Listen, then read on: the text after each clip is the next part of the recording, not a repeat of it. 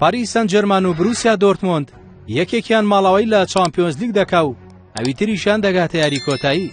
سێشەممە لە یاریگە ڕانەوەی قۆناغی پێشکۆتایی چامپیۆنز لیگدا یانی پاریس سن جەرمانی فەڕەنسی لە یاریگای باخچی شازادەکان میوانداری بروسیا دۆرتموند ئەڵمانی دەکا و دەیەوێ تۆڵەی یاری ڕابردووی لێ بکاتەوە.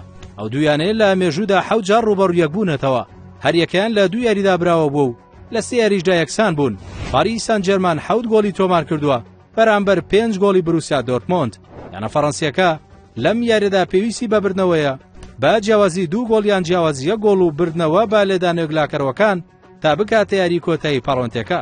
لە بەرامبەردا بروسیا دۆرتموند ئاگەرەکانی سەرکەوتنی بۆ یاری کۆتایی زیاترە، چونکە بە هەموو بردنە و یەکسانبوونێک یان شکست با گۆڵێک و بردنەوە با لێدانەوەی گلاکەرەوەکان ئەو ئامانجەی بەدەست دێنێت. یعنی پاریس سن جەرمان لە مێژوویدا یەک جار گەیشتۆتە یاری کۆتایی چامپیۆنز لیگ، ئەویش لە وەرزی 2019 بۆ 2020 دا بوو پلەی دووەمی بەدەستێنا دوای شکست بەرامبەر بایرن منشن.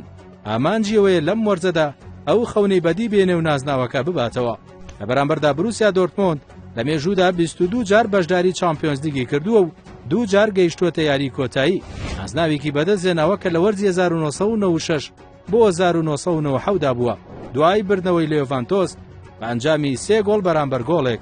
یانەکەی پایتەختی فەڕەنسا دەیەوێت بە پشگیری هاندەران و یاریگای خۆی و بوونی کلیان پاپی گەیشتن بە یاری کۆتایی مسۆگەر بکات کە لە یاریگای ویمبڵی لە لەندەن بەڕێوە دەچێت، بەڵام ئەو ئەرکە ئاسان نابێت چونکە لە یاری چووندا تووشی شکست بوون.